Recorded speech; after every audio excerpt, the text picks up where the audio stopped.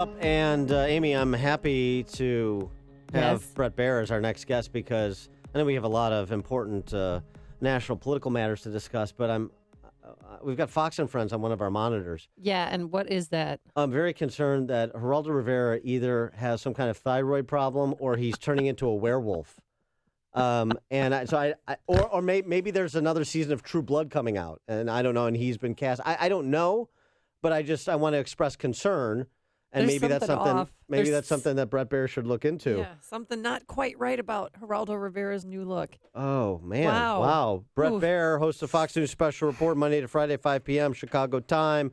Bret, thanks for joining us. What is? Good morning. Yeah. What's going on? Did you hear? Did you see Kurt Russell in The Hateful Eight? Yes, I did. I think. Yeah.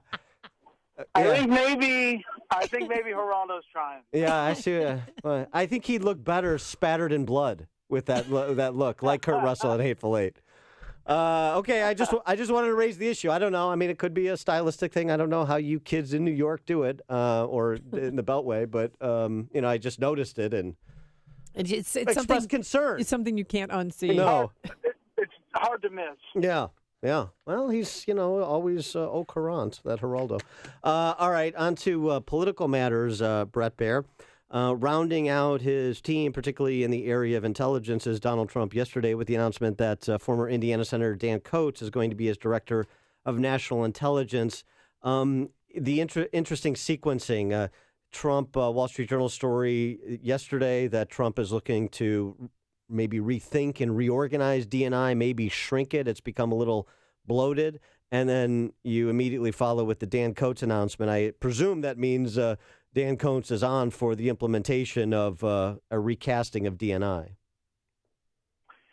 Yeah, I mean, the Trump transition team and Sean Spicer pushed back pretty hard about that Wall Street Journal article that just like any agency, the intelligence community would get re-looked at by a new administration, the concern being that there was a politicization at the top levels of Clapper and John Brennan, and we've done many stories about concerns about some of their answers and some of their actions. The Trump people are making clear, or trying to, that the president-elect values and respects the men and women of the intelligence community who fight to keep us safe every day, but he's clearly been critical of the intel community. I think Dan Coats is interesting on another front, too. With all of this stuff about Russia and Julian Assange and where the president-elect is, Dan Coats is pretty steely-eyed when it comes to the issue of Russia. In fact, he was banned from Russia. Yeah, that's really? right. That's right. Yeah, that's right. Wait, when was he? Why was he banned? And so this is a guy who, if Republicans have any queasy feelings about President-elect Trump and his feelings about Russia, they should feel a little bit better with Dan Coats. That's an excellent point. I had forgotten about that. And also his overseas experience as a U.S. ambassador to Germany as well. Right. Yeah, he's got a lot of experience. He's a kind of a down-to-earth guy and well-respected on the Hill. Hey, Bret Baier, why was he banned from Russia? And you said 2014? 2014, yep. Okay, what did he do, or why was he banned? It was he was speaking out against Putin openly, saying all the things that Putin was doing that were undermining U.S. policy, and he was a vocal advocate on Capitol Hill for that point of view. Now, also this week we heard from Chuck Schumer, a.k.a. the head clown, as the president-elect terms him, about Supreme Court nominees, as well as just the general statement that Schumer made, which is kind of an incredible statement to make so openly, I guess, and confidently, that they're only going to work with Trump, Senate Democrats, if he abandons all the Republicans and supports what they want to see happen. Well, that's unlikely to occur, and I understand staking out a negotiating position, but it's a little bit, clownish, I guess, to suggest such a thing. And even Joe Biden now has weighed in, walking back from the Biden rule and saying the idea that Schumer intimated that you can do a 4-year, four-corner stall on a president's Supreme Court nominee is just not something that the Democrats should pursue. Yeah, I think a lot of this is early posturing, and both on Trump's part and Schumer's part. I think this is like scorpions in a bottle, like kind of going back and forth. And I talked to a lot of senior Democrats over the past couple of weeks who told me, we can't get apoplectic about everything. Otherwise, we lose on a lot of fronts. I do believe that there's going to be some cabinet nominee who has trouble, and it always happens. And I think there'll be one. Who is that? I don't know.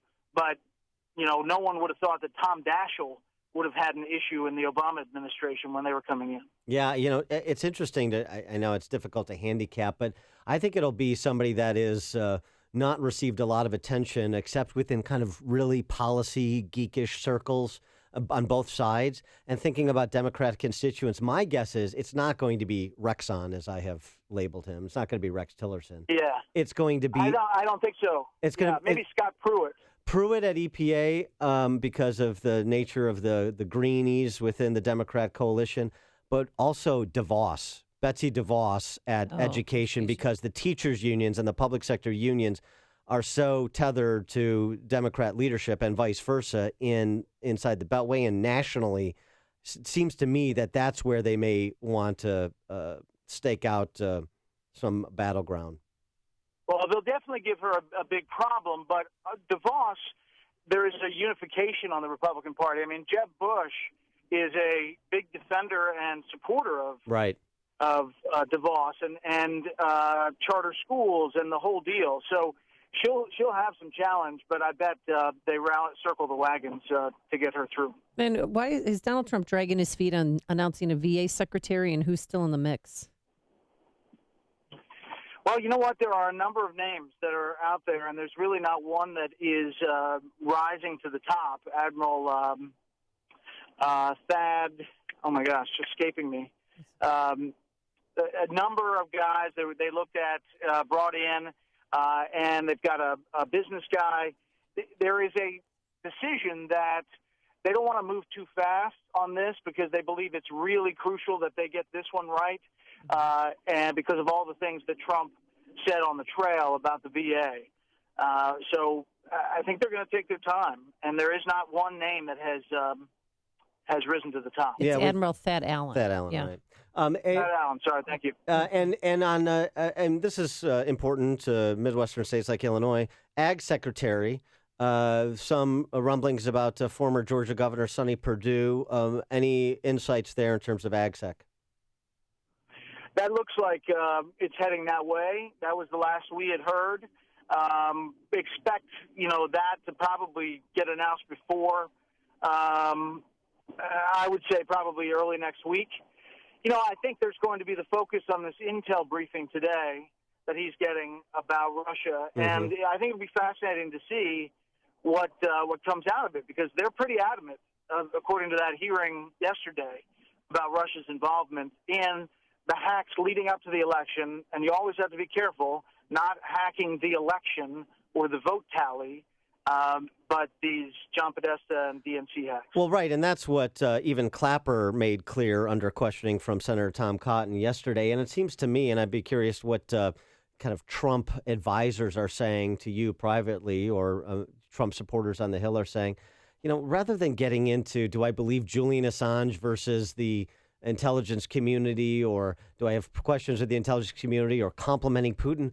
Why not just make the distinction that makes this go away? It's a play for to undermine your legitimacy as the president of the United States. Say, look, I understand that Russia is a threat. I understand that Russia is an adversary, and Putin's revanchism poses all kinds of threat for NATO allies and for U.S. interests. All I'm saying is that there's nothing that there was, even the Obama administration concedes there's no evidence to support anything with respect to successfully attempting to affect or undermine or alter the outcome of the election. That's what the left is hyper-focused on. The intelligence community has responded to that. We're moving on, and we're going to advance America's national security interests against all adversaries, domestic and foreign. Yeah. If you were a speechwriter, that'd be pretty good. Send in my resume. Donald Trump has responded differently. Yeah. He is focused. He's focused on sort of in a defensive light. The election was that the Clinton people knew they were going to lose. That's the reason they canceled the fireworks. We've seen the fireworks statement numerous times. I think you're right that there has to be a clear cut. This is it. We're moving on. But there is a melding of hacking the election. There's 60% of Democrats believe that the hacking involved actual vote tallies from states, and that's just confusing. And they need to, ideally, his supporters would like to see the president-elect come out and say there has been politicization at the top of the intelligence communities, but the men and women of the intel community do great work every day. This needs to move on. We've got big things to do. Period. The end. Mm-hmm. Hey, Bret Baier, before we let you go, are you guys having a going away party for Megyn Kelly tonight?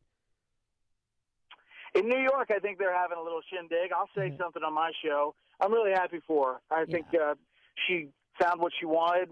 Obviously, it's a different lineup for us now. I worked with her for many, many years on the anchor desk. You guys were good together, too.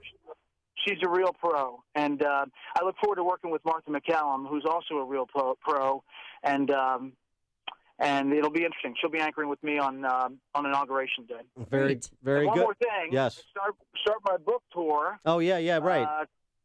Next week. So I'll talk to you guys next week about the book. But 3 days in January, Dwight Eisenhower's Final Mission comes out officially Tuesday, but you can pre-order now, and deals with the transition from Eisenhower to Kennedy. And obviously that book tour will include a Chicago stop where you've got some roots as well, I'm sure. Yeah, okay, great. Of course. We'll look forward to talking to you about that next week and continue to promote the book and your appearances locally. And also, please keep us apprised of Geraldo's situation. Yeah, we want to know how that works itself out. If he ends up in the woods in some shack or something, I don't know what's going to go on. Maybe he does a manifesto and you guys do a tour together. There you go. All right, Bret Baier, host of Fox News Special Report. Thanks so much for joining us. Appreciate it. And he joined us on a turnkey.pro answer line.